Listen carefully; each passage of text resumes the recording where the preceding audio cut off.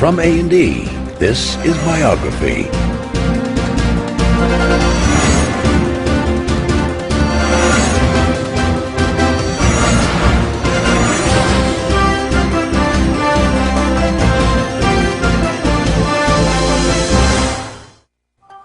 Microsoft founder Bill Gates is the rarest of corporate executives, ridiculed as a nerd while being feared as a bully. The Justice Department accuses Bill Gates of tactics that have unfairly shut out the competition. For Gates, it's another hurdle along the journey that has made him the richest man in the world. One technology expert claims that Microsoft's reach and influence are greater than any organization in American history. The man orchestrating all that is Bill Gates, the undisputed king of the Microsoft empire. When the biographers and historians write the history of the 20th century, Bill Gates is going to go down as the best businessman of our century. And Microsoft is one of the greatest companies of the 20th century. He and Paul Allen really saw from the beginning the kind of potential that it had to change the lives of all of us. By the time he went to college, it was probably beginning to be quite clear to him that what he was going to do was going to have to do with computers. What makes Gates so competitive is that he finds it fun. He finds this like a thrilling game, like the games he used to play as a kid. I think people would say that they perceive Microsoft as always playing with both feet on the foul line. I have no doubt that 100 years from now, he will be talked about in the same way that Rockefeller and Carnegie and Ford are talked about, as people who transformed an era.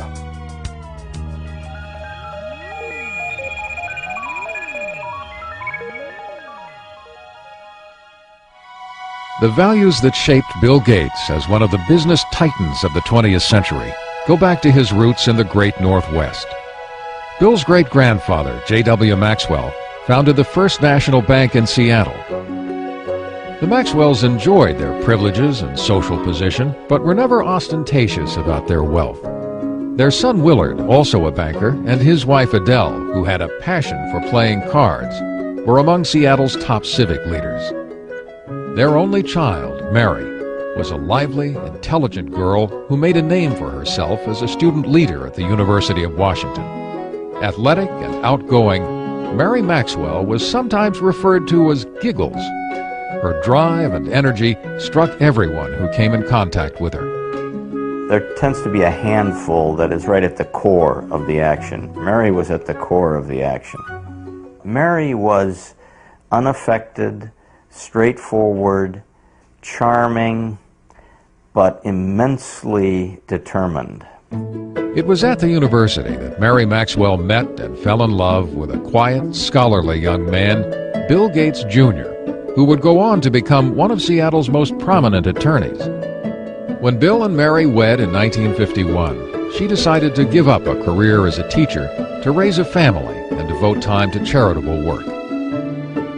The first of the Gates' 3 children, Christy, was born in 1953. She was followed by a brother, Bill Gates III, born on October 28, 1955. He was given the nickname Trey. That derives from the fact that he was William H. Gates III, and the card players in the family think of anything with a 3 as being a Trey, so he became Trey. His mother had an extremely close relationship with Bill from the start. She even took him with her when she volunteered as a lecturer in Seattle schools.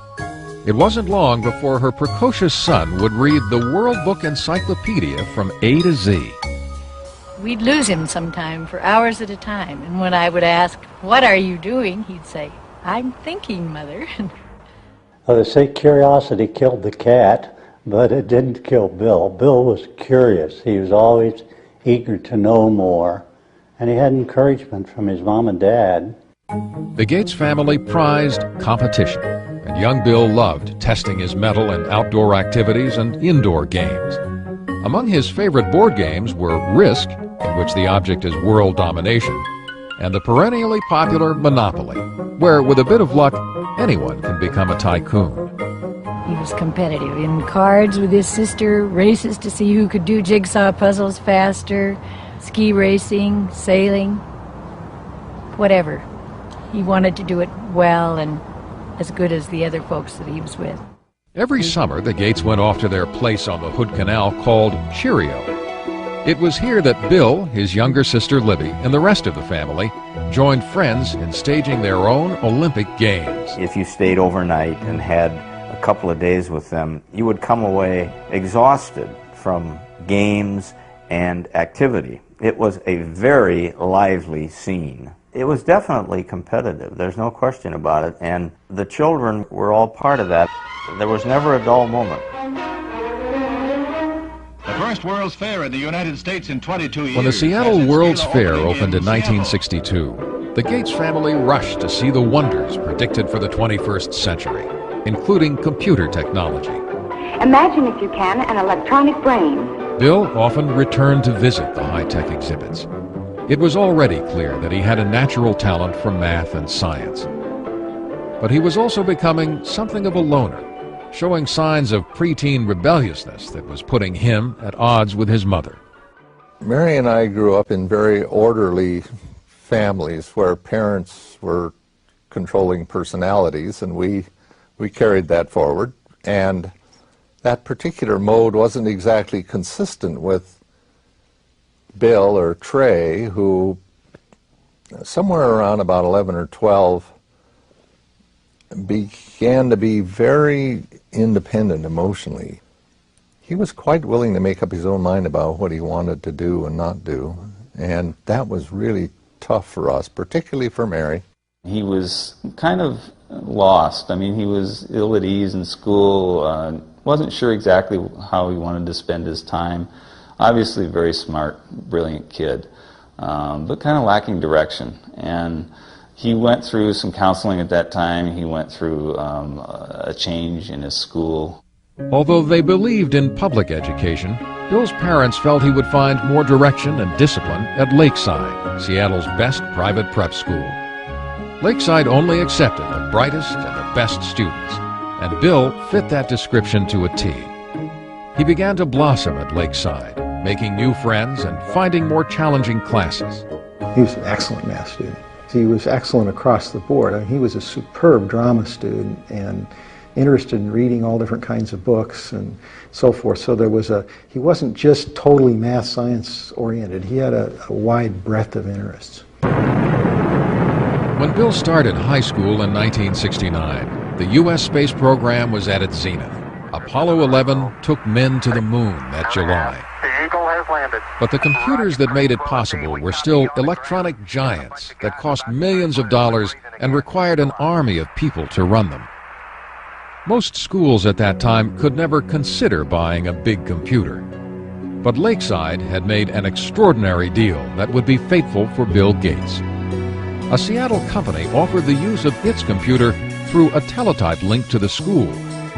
Young Gates was entranced by the possibilities of this primitive machine and started spending every free moment in the computer room. The story has often been told, and it's completely true, that he would get up at night and leave and go over to work on the computer and come back, and we wouldn't know that he'd been gone. As I recall, the headmaster here was asked at a parents' meeting once, "Do you have a drug problem here at the school?"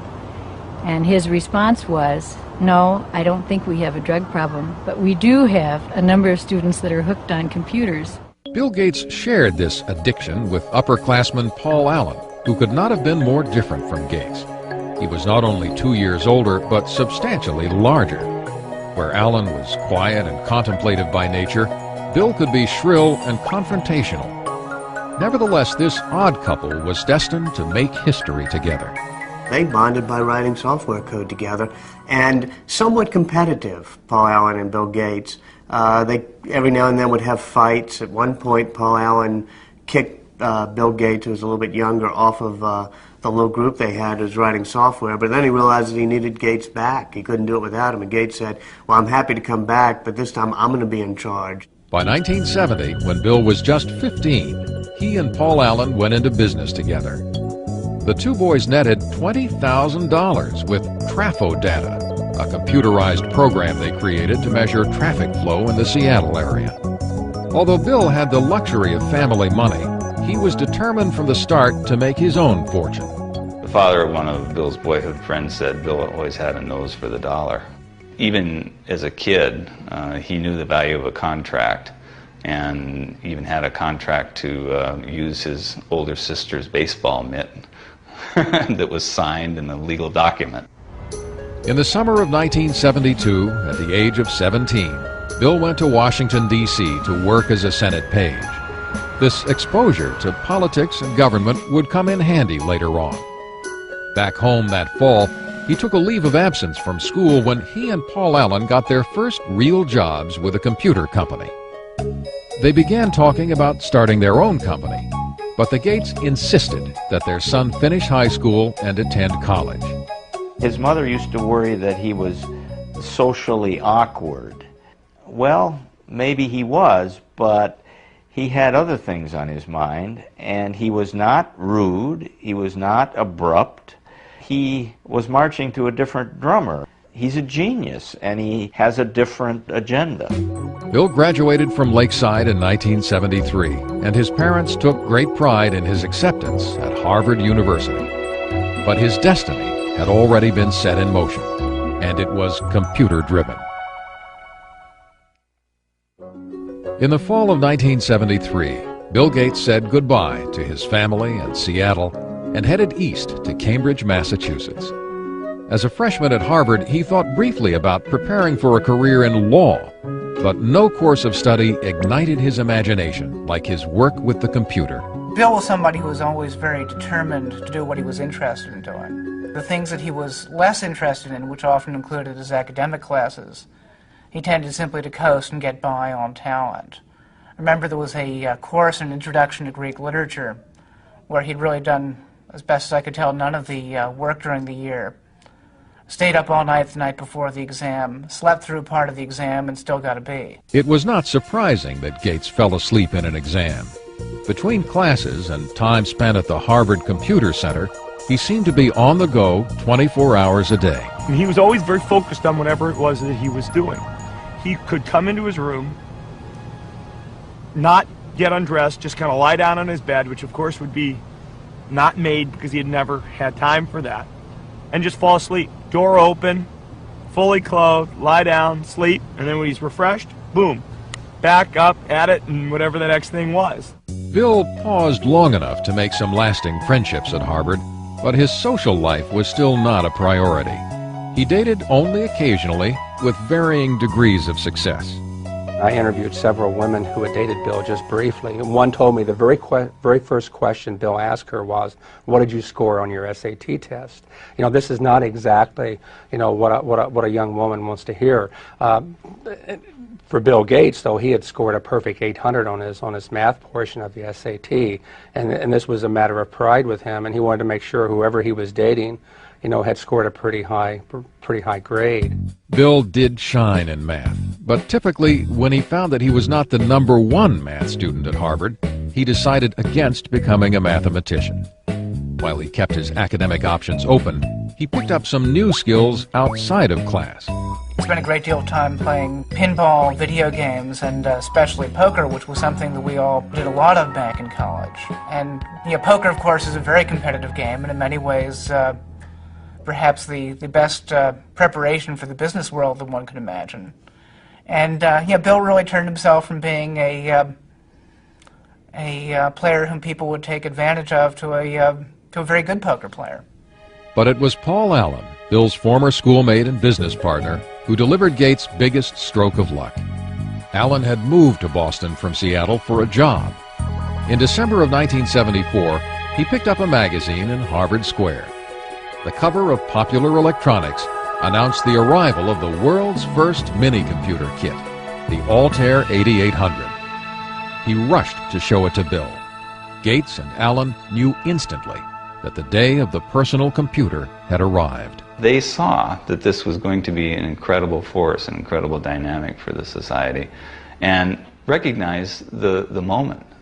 The Altair was made by a small company in Albuquerque, New Mexico, not far from the former atomic testing grounds at Alamogordo. Ed Roberts, who ran the company, was looking for someone to create software to run on his unique little computer. Gates and Allen convinced him that they were the ones who could do it, and worked day and night at the Harvard Computer Center for 2 months. In February of 1975, Paul Allen went to Albuquerque to test the program he and Gates had completed. When he loaded the Altair with what Bill Gates called the coolest code I ever wrote, it worked. The importance of that moment would have an historic impact on the software industry. I don't think we appreciated the significance of the Albuquerque thing when it first happened, but it didn't take long to realize that they were at the threshold of something that could be quite significant. For 19-year-old Bill Gates, life would never be the same. In the summer of 1975, he and Paul Allen formed Microsoft. Their ongoing work with Ed Roberts' company became so consuming that Bill dropped out of Harvard just before his senior year and moved to Albuquerque. Mary Gates was deeply disappointed by her son's decision. We told him that we'd put some money aside for him to attend school, and if he didn't finish in a few years, we'd have to make some other use of those funds. And by that time, he allowed us out. That would be okay. He'd probably be able to afford to go back if and when the time came. Bill was certain that he'd made the right decision, but making it in software wouldn't be so easy. The personal computer scene at that time was populated by users who were eager to share new information and software without paying for it. It was a practice that put Bill at odds with his peers. Hey, you know, there's a bunch of high school kids and college kids who were doing something very non-mainstream. And Bill was very unpopular because he said, hey guys, don't steal this stuff. We made it and we own it. And that was... yeah, he was one of the business guys in what was a lot of geek hackers. In fact, Gates wrote an open letter to computer hobbyists chastising them about making copies of Microsoft's program. He stated, "As the majority of hobbyists must be aware, most of you steal your software. Hardware must be paid for, but software is something to share. Who cares if the people who worked on it get paid? Is this fair? But those who have been reported to us may lose in the end." He was looked at as kind of a renegade, and it was different, you know, a different ethic than prevailed at that time. But I'm not sure that the software industry would have evolved in anywhere near the way it has without somebody standing up and saying that that was necessary. Bill had also been battling with Ed Roberts, who considered him spoiled and obnoxious. The two disagreed about almost everything, and Roberts was a formidable adversary. Ed Roberts was a massive man, something like 6'6", weighed 300 pounds. Here Bill Gates was. I mean, he formed Microsoft at age 19, and he looked like he was 13 years old. He was standing up to this bear of a man, going face-to-face with him and screaming and shouting matches. A final confrontation came in May of 1977, when Roberts sold his business, and Gates had to sue to keep the software he and Paul Allen created for the company. Gates won. We take a hard line on software. Microsoft expanded into new software languages, and Gates and Allen started to sell their products to other computer companies. At the end of 1978, with sales approaching the 1 million mark, they moved Microsoft from Albuquerque to Seattle. Bill was glad to be back and went into high gear to promote his hometown company. We always design with the future in mind. Our research people are always tracking the latest in hardware and software technology. It was Bill Gates who was actually the real marketing genius behind Microsoft. Early on, he was the one who was actually going out on the road and trying to sell this company and its software. And oftentimes, he would take his mother with him on these trips. Bill's highly respected and well-connected mother would come to play a pivotal role in his early career. Mary served on a number of corporate boards as well as the University of Washington. She was on the National Board of United Way. Also on the National Board of United Way was the CEO of IBM, which is how her son met the CEO of IBM, through her. What would your ideal home computer be like? By November of 1980, IBM was banging on the door of the fledgling Microsoft. The largest maker of computers in the world now wanted to talk to Gates and Allen about coming up with an operating system for their new line of personal computers. From their first meeting, IBM misjudged who they were dealing with. He looked like a sub-teen, you know. He was skinny, had a real mop of hair, you know, kind of casual, and basically people didn't take him seriously as a business person. But the IBM brass soon discovered Gates was no amateur. He quickly convinced them that Microsoft could deliver their new software. First, he purchased an existing operating system, which he then adapted for the IBM personal computers, calling it MS-DOS. Bill Gates, as he's often done as a shrewd businessman, knew where to get an operating system. He just went down the road a few miles and bought it for $50,000. But then the real brilliance was that when they developed that operating system for IBM, IBM wanted to buy the source code, which would have given them the disk operating system, or what became known as DOS. And instead, Microsoft refused to actually sign the rights over to DOS. By not owning the rights to the operating system, IBM would now have to pay Microsoft a licensing fee for every copy of DOS installed in its computers. IBM was also about to lose its tremendous edge in computer sales. As other companies introduced personal computers that were cheaper than IBM's, Microsoft was able to sell the same operating system to all of them. There were all kinds of computers that were being conceived at that point in time. And it struck me that I don't know who will win in the hardware business, but Microsoft has a very good chance to win in the software business. Between 1978 and 1981, Microsoft's growth was staggering. The staff was enlarged from 13 employees to 128. Revenues mushroomed from $4 to $16 million. By 1983, 30% of all the personal computers in the world were running Microsoft software. Still, Bill Gates never took his eye off the bottom line. He never flew first class unless it was absolutely necessary. You would often find him sitting in coach, in fact with a blanket over his head so he could get some sleep. So his parents taught him well early on the value of money and hard work, and translated later into his life with not only how he ran his personal life, but how he ran Microsoft. My name is Bill Gates. I'm chairman of Microsoft. The early 1980s was an exciting time for an industry run mostly by people under 30. Microsoft began working on software for innovative companies like Apple and its guru Steve Jobs. Their Macintosh computer and software were considered by many to be the most ingenious in the industry and the way of the future.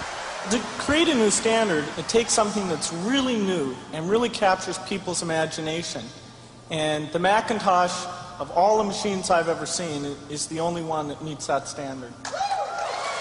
But it wouldn't be long before Microsoft and Apple would be locked in a bitter struggle over the rights to the next generation of software.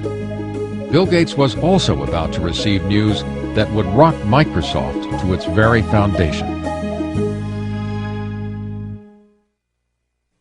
By 1983, the future could not have looked more promising for 28-year-old Bill Gates and Microsoft. The personal computer business was booming, and there was an ever-increasing hunger for software.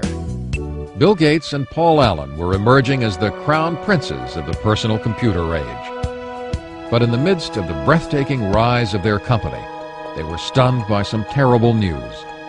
Paul Allen, Bill's friend and partner since high school, was diagnosed with Hodgkin's disease, a form of cancer. It did give Bill kind of a perspective that he didn't have before. You know, he'd always been very, very hard driving, very demanding, and this may have helped him understand a little bit better in terms of what other people go through. Allen's disease went into remission 1 year later, but he would never again take full part in the day-to-day business of Microsoft. For two men in their early 30s who created a company of global significance and made millions, it was the end of an era. I think history's going to show that their partnership really was an incredible dynamic. I often compare it to the Beatles, Lennon and McCartney. The songs they wrote together are the ones that pretty much we remember and get played over and over again. They were great songwriters individually. We still hear their songs that they wrote on their own. But somehow together they were even greater than the sum of their parts. And Paul and Bill were like that. By 1984, Bill Gates had become the singular face of Microsoft. In April of that year, he was heralded by Time magazine as the quintessential representative of a new breed of businessman, one who understood both nuts and bolts technology and corporate strategy. When you work with Bill, you can see that in almost any meeting you're in or anything you're discussing, Bill instantly puts together a profile of all of the cases. What about this? What about this? What about this? What about this? What about this? He almost builds this checklist of everything that can possibly happen in his head in a very structured way, and then he runs through it. Protect mode file system, the super advanced file system. Microsoft was often referred to as a math camp, where Gates' demanding management style kept the creative process churning and sometimes set off heated confrontations. The early Gates would challenge just about anything. He'd call things the stupidest idea you'd ever heard. And part of it was to test, to see, well, okay, if you disagree, you've got to convince me that it's not the stupidest idea in the world. A constant challenging of ideas was required to stay on top in an ever-changing industry. Gates surrounded himself with a team that shared his relentless work ethic. Certainly when we are working to release a software product, we are sleepless in Seattle. There's a story about Bill from Miriam Lubau, his assistant. She was new to the company. She came in one morning and she didn't know if she should call police because there was this guy sleeping under a desk. But it turned out to be Bill. The effort was paying off. Microsoft posted more than $140 million in sales in 1985. But inevitably, running a company on a round-the-clock schedule took its toll on Bill's social life. He did manage to have one steady girlfriend in Jill Bennett. She told me that it was difficult maintaining a relationship with somebody who was working, 3 days straight without sleep. Oftentimes he would end up on her doorstep, half dead. In 1986, Gates introduced Microsoft Windows. It would become the company's signature program. Critics quickly noted that in its use of a mouse and icons, it bore more than a passing resemblance to the Apple Macintosh operating system, considered to be the most user-friendly. If you know how to point, you already know how to use it. Macintosh. The computer for the rest of us. Apple had given Gates full access to their technology while he was working on new software for the Macintosh computer. Gates advised Apple early on that they should license their software. But Apple was more interested in selling computers than software. They ignored the suggestion. Once again, Gates took advantage of an opening and ran with it. In this industry, we compete and we collaborate at the same time. Bill once had a conversation with me. He says, I'm a competitor, so even though I'm a friend, don't tell me information that you don't want me to use against you, because I'm going to compete with you, and if you tell me something that's useful in competing, I'm going to use that information. Apple decided that Gates was not going to take a bite out of their business and threatened to sue over Windows. Gates, in turn, said he would withhold Microsoft software Apple desperately needed for its computers.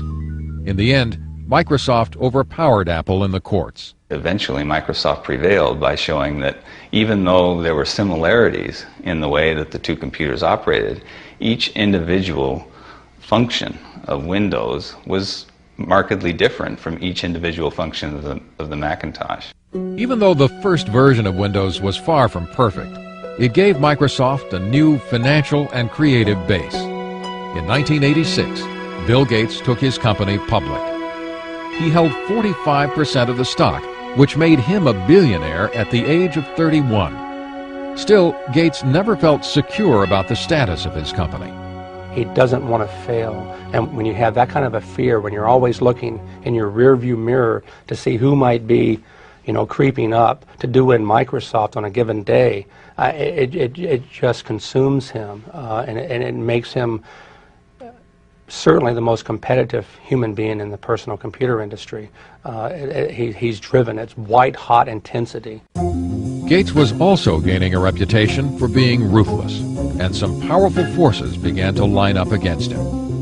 IBM was taking a closer look at the popularity of personal computers and had the punch to knock Microsoft out of business forever. By 1987, Bill Gates was certainly one of the youngest billionaires in the world, and Microsoft seemed to have an open field in providing software for personal computers. But he was about to face a serious crisis.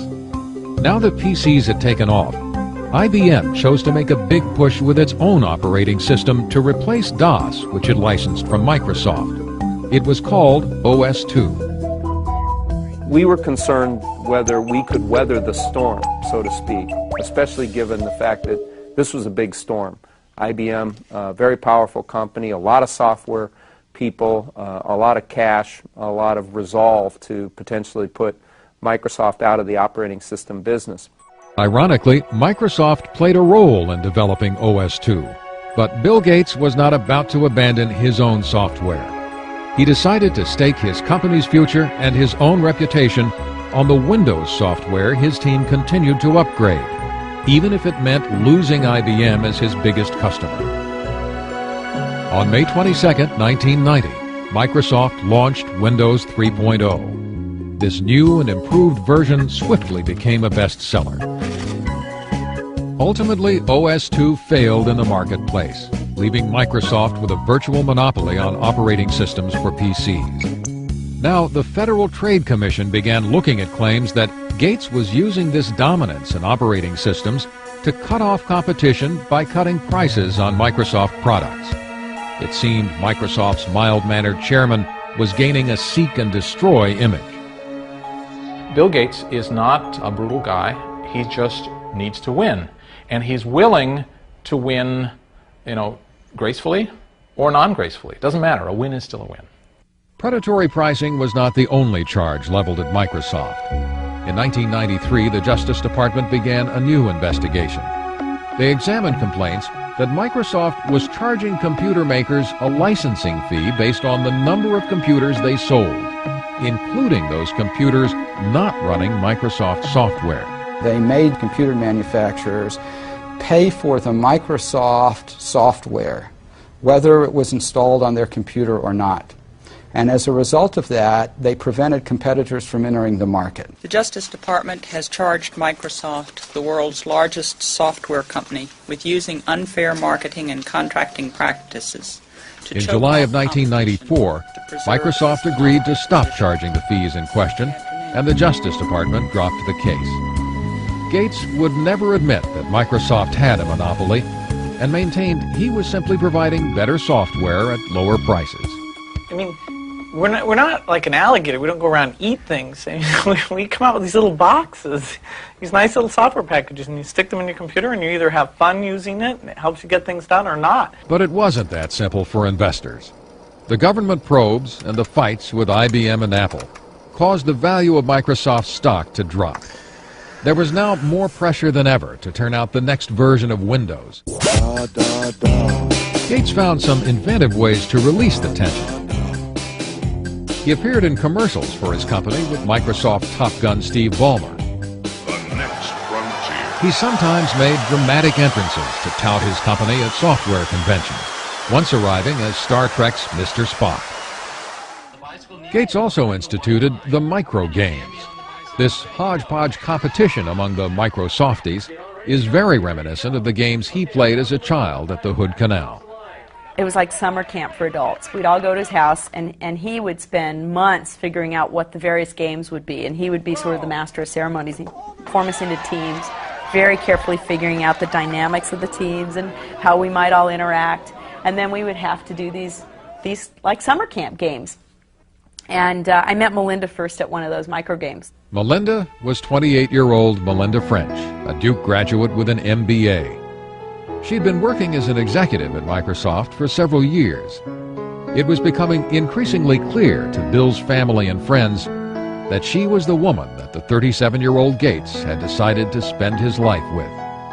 He dated Melinda for quite a while before they got married, and so I saw them together over the years, and they always looked like they had a very special thing going, a level of intimacy and a level of intellectual connection that just caused sparks. She's a really wonderful person, a perfect match for him. Very, very bright, very organized, very supportive, very interested in family and good family life.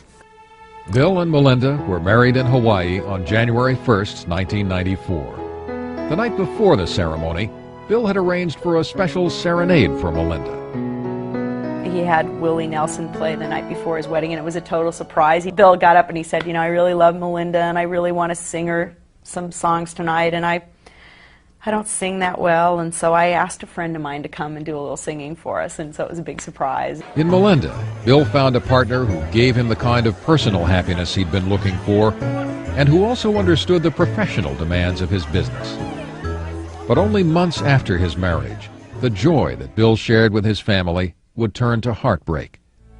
His mother, Mary, who had been his most devoted ally, was diagnosed with breast cancer.